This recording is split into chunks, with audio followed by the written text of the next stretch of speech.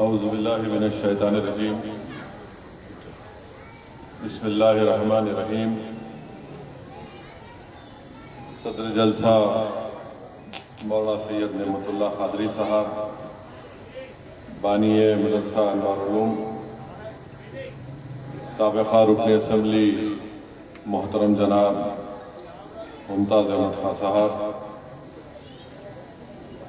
مفتی محمد انوار احمد صاحب قبلہ، مولانا حافظ سید کلیم اللہ قادری صاحب، مولانا محمد امتیاز احمد صاحب، حضرت سیف اللہ نوری صاحب، محترم نثار احمد صاحب، معزز حاضرین اکرام، بزرگان ملت، پس پردہ بیٹھ کر سننے والی میری عزت دار اور بہنوں، میں سب سے پہلے جناب مولانا نعمت اللہ قادری صاحب کو مبارکباد دیتا ہوں کہ الحمدللہ جس مدرسے کا آغاز انہوں نے 31 سال پہلے کیا، آج الحمدللہ اس مدرسے سے 400 سے زائد طلباء اور طالبات یہاں سے حفاظ بن کر نکلے ہیں، اور آپ ہی کی سرپرستی میں خواتین کا بھی ایک علیحدہ مدرسہ چلتا ہے، اور یہاں پر پڑھنے والے طلباء اور طالبات کو عالم کی ڈگری جامعہ نظامیہ میں امتحان ہوتا ہے، اس کی بنیاد پر ان کو دی جاتی ہے۔ میں حضرت کو مبارکباد دیتا ہوں کہ اللہ سبحانہ تعالیٰ ان سے 31 سال سے ایک بہت بڑا کام ان سے لے رہا ہے۔ میں اس مدرسے میں پڑھانے والے تمام مدرسین کو، یہاں کے ذمہ داروں کو مبارکباد دیتا ہوں۔ عزیزان ملت اسلامیہ، علم ایک لازوال دولت ہے، ترقی کا ضامن ہے، اور علم ایک نور ہے، جہالت ایک ظلم ہے۔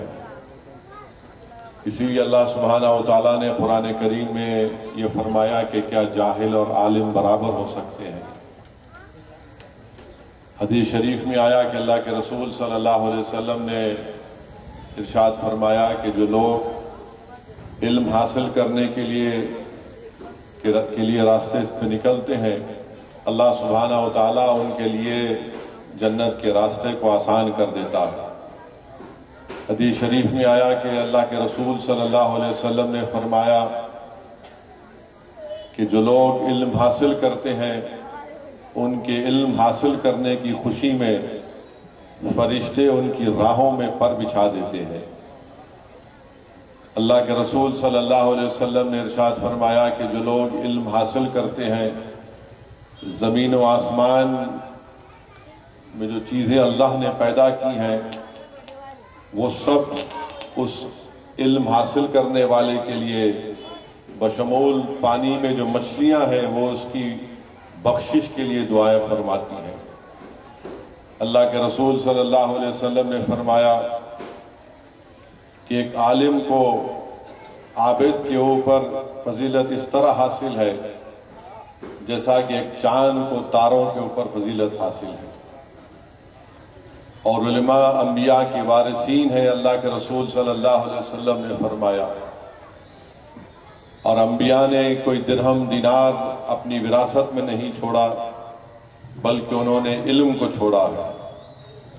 احیاء العلوم میں امام غزالی رحمۃ اللہ علیہ اللہ کے رسول صلی اللہ علیہ وسلم کی حدیث شریف لکھتے ہیں کہ جو علم حاصل کرتا ہے اس لیے تاکہ دوسروں کو علم سکھائے، اللہ سبحانہ و تعالیٰ اس کو 70 صدیقوں کے برابر اجر اور ثواب عطا کرتا ہے۔ میرے عزیز دوستوں اور بزرگوں، مجھے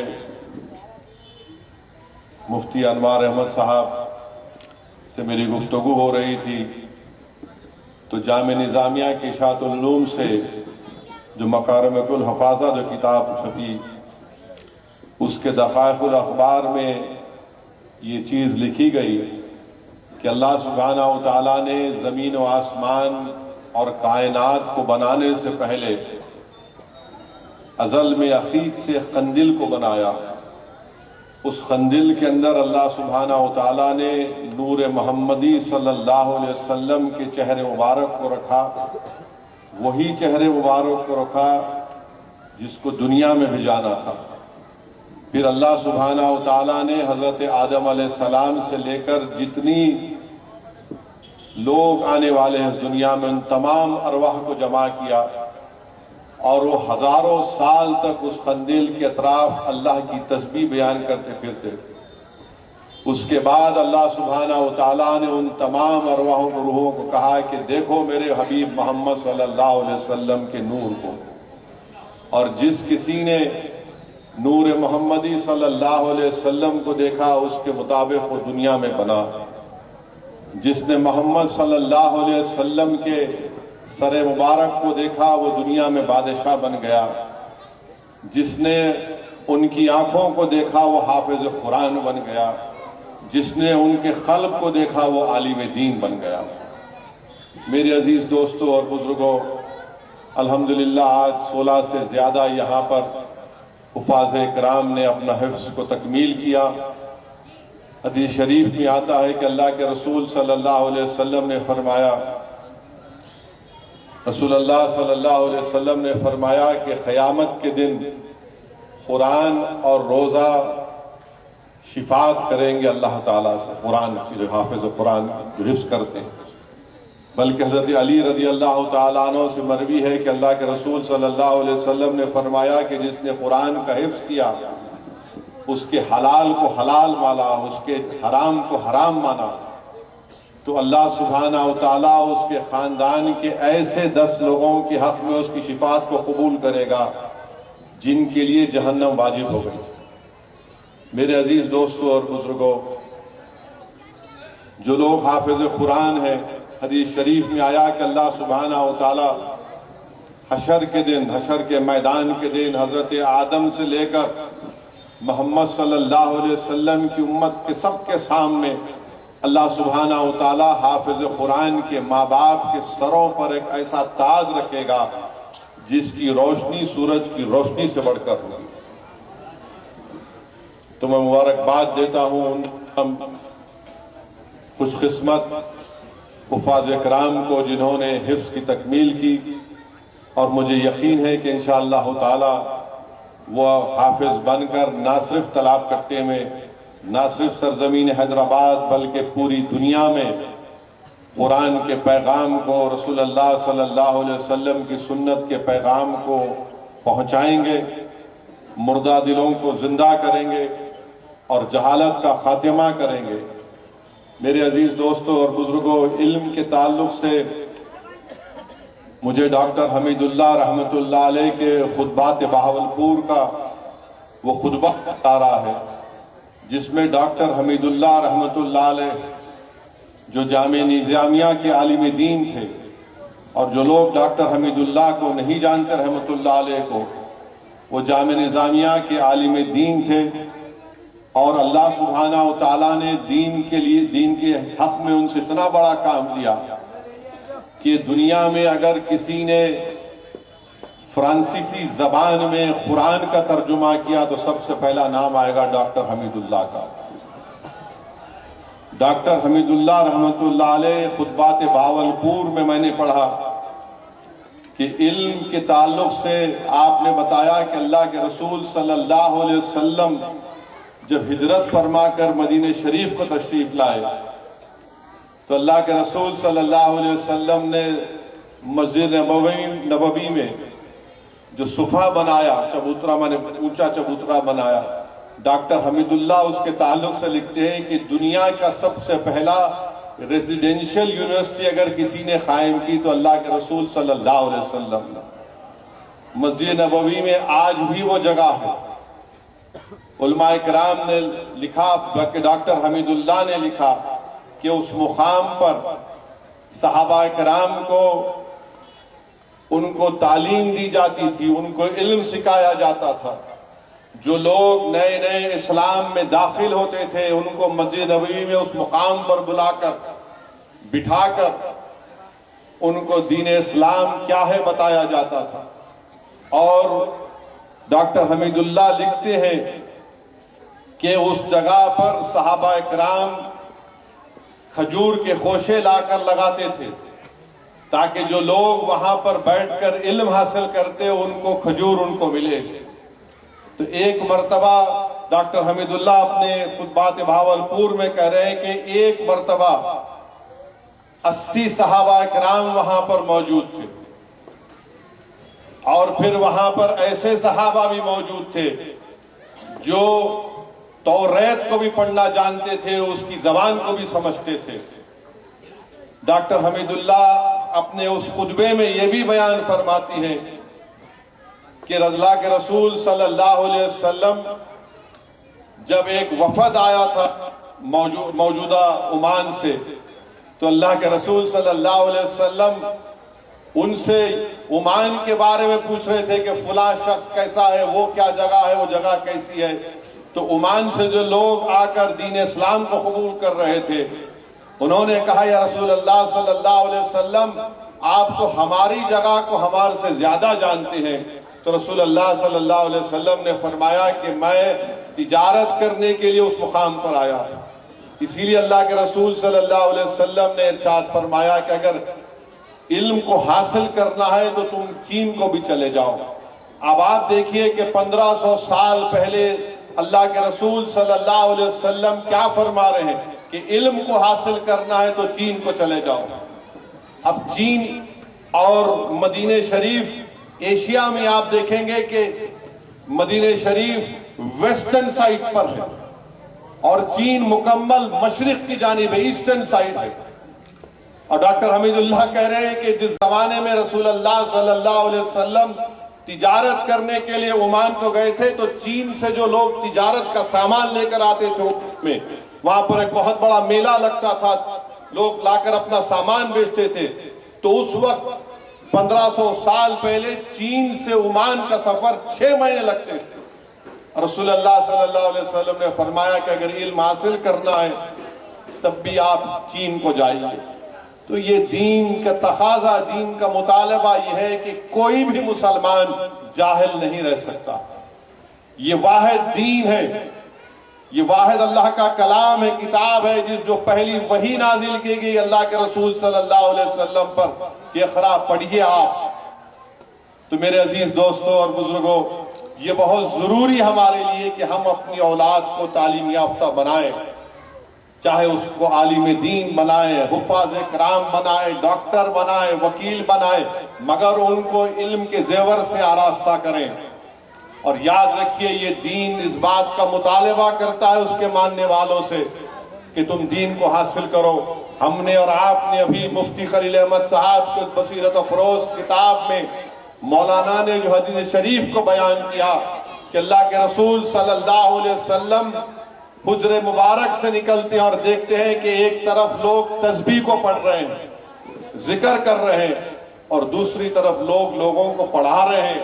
اللہ کے رسول صلی اللہ علیہ وسلم نے ارشاد فرمایا کہ دونوں کام اچھے ہیں، مگر آقا دو عالم صلی اللہ علیہ وسلم نے فرمایا کہ مجھے زیادہ وہ لوگ پسند ہیں جو علم سکھا رہے ہیں۔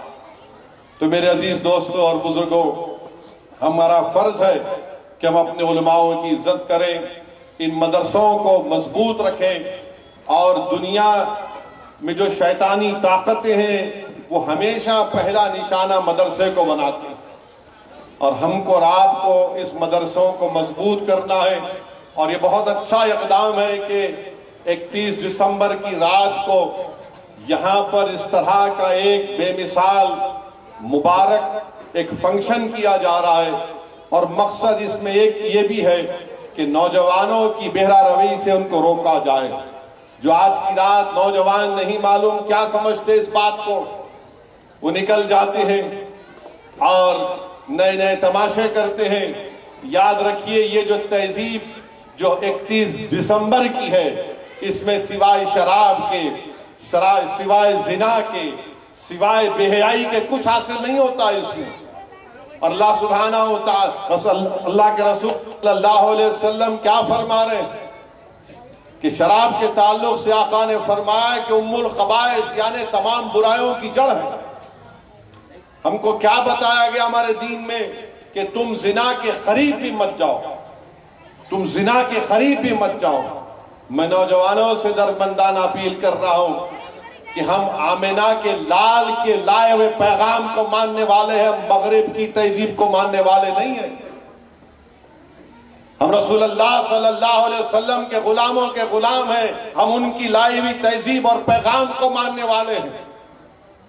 یاد رکھو، ہم ان لوگوں کی یہ تہذیب ہے نہیں موجودہ ٹھیک ہے، کوئی مناتا ہے، ہم کو اعتراض نہیں ہے، مگر اس میں جو بے حیائی ہوتی ہے، اس میں جو گندگی ہوتی ہے، اس سے تو ہم کو بچانا پڑے گا۔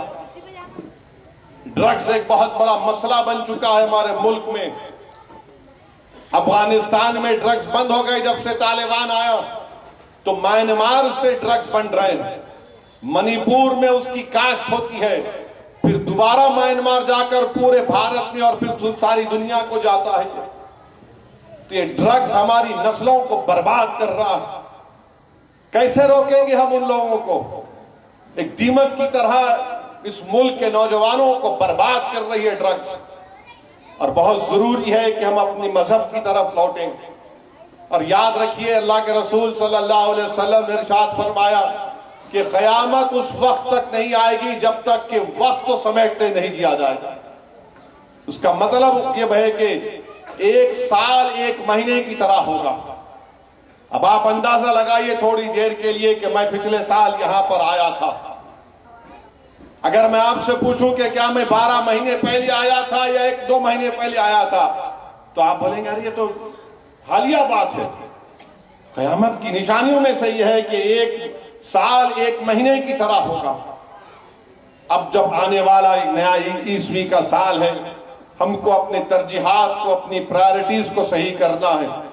ہم کو یہ کوشش کرنا ہے کہ ہم اپنی اولاد کو کس طرح سے ان کی تربیت دیں، کس طرح سے ان کو علم کے زیور سے آراستہ کریں، کس طرح سے ہمارے نوجوانوں کو ان لوگوں سے بچا کر رکھیں جو وہ اپنے مقاصد کے لیے، اپنی ذاتی مقصد کے لیے، چاہے سیاسی کیوں نہ ہو، ان کو استعمال کرنا چاہتے ہیں۔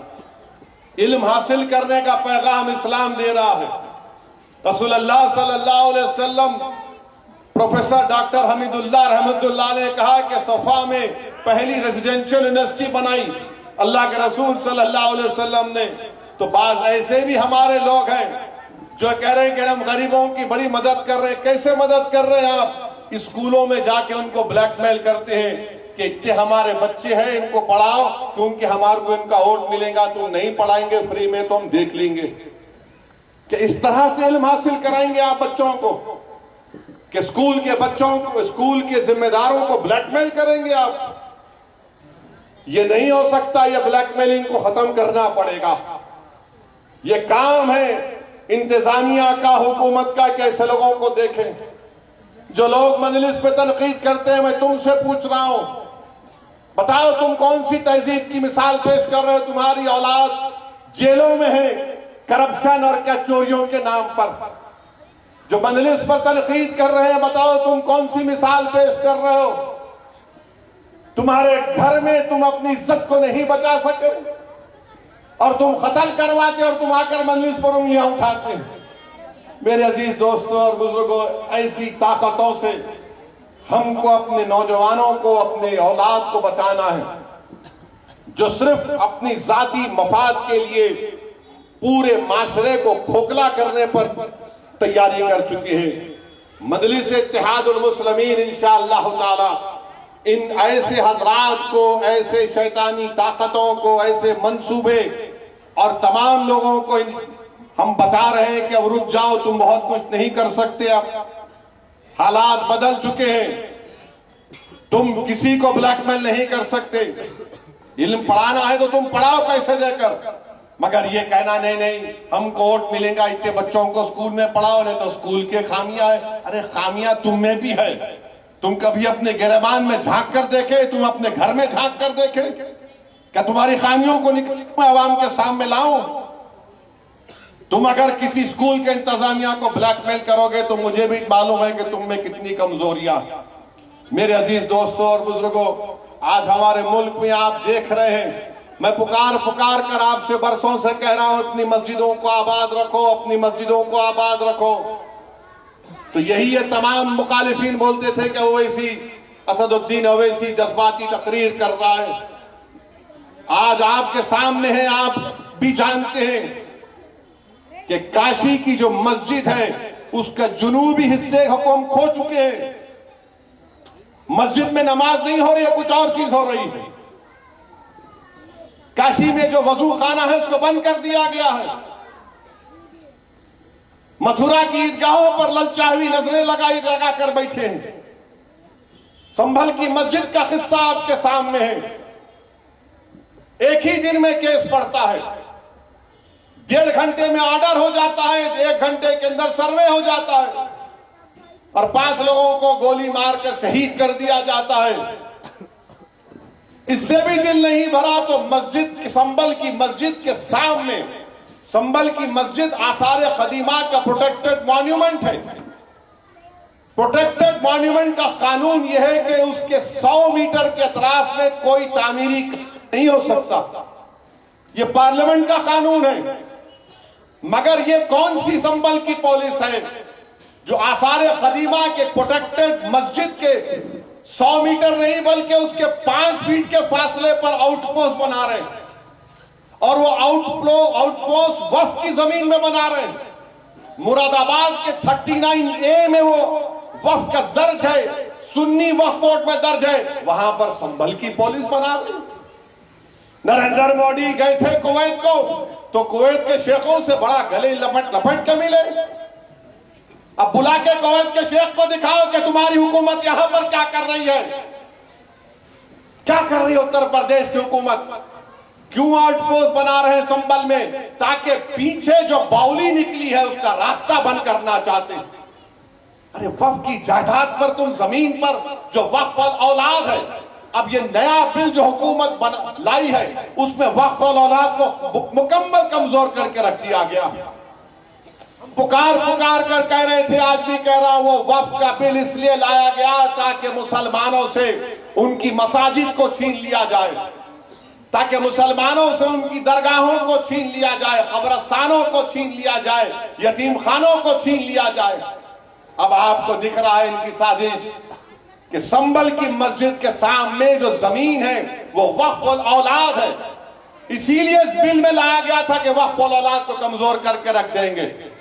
اب وہاں پہ کلیکٹر صاحب بول رہے کہ نہیں ہمارے کو کوئی کاغذ دکھائی نہیں. اب کلیکٹر صاحب آپ کو جو دیکھنا چاہ رہے آپ دیکھ رہے، جو نہیں دیکھنا چاہ رہے نہیں دیکھ رہے. آپ جو آپ کو بی جے پی یوگی بول رہی ہے وہی آپ دیکھ رہے. مگر 95 ایکٹ کے تحت سنی وقف بورڈ کے مراد آباد میں 39A میں زمین رجسٹرڈ ہے. میرے عزیز دوستوں اور بزرگوں، اپنے اتحاد کو مضبوط رکھیے. یاد رکھیے سرزمین حیدرآباد پر آپ کی ایک علیحدہ سیاسی قیادت ہے جس کو آپ کے ہمارے بزرگوں نے برسوں سے مضبوط کیا ہے. اور آپ کی ایک سیاسی علیحدہ قیادت کی وجہ سے آپ دیکھتے ہیں کہ ہندوستان کی پارلیمنٹ میں مجلس اتحاد المسلمین بے باکی کے ساتھ ان تمام مسئلے اور مسائل کو اٹھاتی. حالیہ پارلیمنٹ کا سیشن ہوا، ہمارے آئین کے سنویدھان کے 75 سال کو منایا گیا. جب میں نے پارلیمنٹ میں اٹھ کر کہا کہ 1962 دسمبر میں سری نگر میں اللہ کے رسول صلی اللہ علیہ وسلم کے منہ مبارک کی چوری ہوئی تھی، پورے ملک میں دنگا ہوا، اور اس کے بعد موجودہ بنگال جو ہمارے ملک میں ہے وہاں سے 8 لاکھ مسلمانوں کو جبراً موجودہ بنگلہ دیش میں دھکیل دیا گیا، تو کئی لوگ یقین نہیں کیے. میرے گھر پر آئے، بولے آپ نے کہا کیسا ہے؟ مطلب یہ ثبوت ہے، یہ کاغذ ہے حکومت ہند کا اس وقت کا، بتاؤ جھوٹ ہے کیا؟ یہ خاموش ہو گئے. وہ پرانی پارٹی کے بڑے چاہنے والے بھی تھے، بولے یہ کہاں سے نکال کے لاتے آپ؟ میں سچائی کو بتا رہا ہوں. 8 لاکھ آج آسام میں لوگوں کو فارنرز کیمپ میں ڈالا جا رہا ہے. ارے 1960 میں پنڈت نہرو کے مرنے سے 1.5 سال پہلے 40,000 مسلمانوں کو آسام تریپورہ سے یہ کہہ کر اس وقت کے ایسٹ پاکستان میں ڈھکیل دیا گیا کہ یہ پاکستانی ہے. بتائیے میرے عزیز دوستوں اور بزرگوں، یہی تو میں آپ سے عرض کر رہا ہوں کہ اپنے کلیدہ سیاسی شناخت قیادت کو مضبوط آپ نے کیا ہے، اس کو اور مضبوط رکھیے۔ سوال میرے اسد الدین اویسی یا ممتاز احمد خاں کا نہیں، آج ہم ہیں کل نہیں رہیں گے، دنیا کا نظام ہے۔ مگر ملک کے حالات اگر کوئی امید لگا کر بیٹھا ہے کہ نہیں اچھے ہو جائیں گے، میں نے پارلیمنٹ میں کہا، باہر بھی کہا، 240 بی جے پی لائی، یہ نفرت کی کامیابی ہے، محبت کی کامیابی نہیں ہے۔ اس وقت بھی لوگ یقین نہیں کیا، آج بھی کہہ رہا ہوں آپ کو، یہ سب جو نئے نئے قانون بنانا چاہ رہے کہ ایک ہی وقت میں اسمبلی، پارلیمنٹ اور بلدیہ کے الیکشن کروائے جائیں گے، کیوں کروائے جائیں گے؟ تاکہ ان کو فائدہ ہو جائے۔ بہرحال میرے عزیز دوستوں اور بزرگوں، میری آپ سے یہ بھی گزارش ہے کہ ہم اپنی دعاؤں میں ان معصوم فلسطینیوں کے لیے بھی دعا کریں جو پچھلے 1 سال سے یہ ظالم اسرائیلی حکومت کے ظلم کا شکار ہو رہے ہیں۔ میرے بھائی، پورا ناردن غازہ کو خالی کر دیا گیا ہے، 45,000 سے زیادہ لوگ شہید ہو چکے ہیں، 13 لاکھ سے زیادہ لوگ بے گھر ہو چکے ہیں، 10,000 سے زیادہ لوگ ابھی اس بلڈنگ کے ملبے میں پڑے ہوئے ہیں، نہیں معلوم زندہ ہیں یا مر گئے۔ ان 45,000 میں 17-18,000 کے قریب تو معصوم بچوں کی موت ہوئی ہے۔ اب غزہ میں کوئی 9-10 سال کے بچے نظر نہیں آتے، سب تقریباً مر چکے ہیں۔ اپنے خاص دعاؤں میں اللہ سے دعا کریں کہ اللہ سبحانہ وتعالی ان غزہ کے فلسطینیوں کو اللہ ان کو زندہ رکھے اور ان کو کامیاب کرے۔ جو دنیا آج گونگی اور اندھی بن چکی ہے، اللہ ان کو دیکھ لے۔ جو دنیا ان کے لیے تنگ کر دی گئی ہے، اللہ ان کے لیے دنیا کو کشادہ فرما دے۔ ہم دعا کریں اللہ سے کہ غزہ میں جو لوگ آپ اندازہ نہیں کر سکتے، اگر کسی کا ہاتھ کٹ گیا تو بغیر بے ہوشی کا انجیکشن دیے اس کے ہاتھ کو کاٹا جا رہا ہے۔ اگر کوئی زخمی ہے تو اس کو بے ہوش کرے بغیر اس کا علاج ہو رہا ہے۔ اندازہ لگاؤ کتنی تکلیف ہو رہی ہوگی غزہ کے فلسطینیوں پر۔ ہم اللہ سے دعا کرتے تھے، کرتے اور کرتے رہیں گے کہ غزہ کے فلسطینیوں کی اللہ غیب سے مدد کرے اور اللہ ان ظالموں کا خاتمہ کرے۔ میرے عزیز دوستوں اور بزرگوں، اللہ سبحانہ وتعالی ہم کو توفیق دے کہ ہم قرآن اور سنت پر عمل کریں، اور اللہ سے ہم دعا کرتے ہیں کہ اللہ مدرسہ انوار علوم کو اللہ اور اس کو مضبوط بنائے، ترقی دے، اور ان کے ذمہ داروں کو اللہ ان پر رحم فرمائے۔ وآخر دعوانا الحمدللہ رب العالمین۔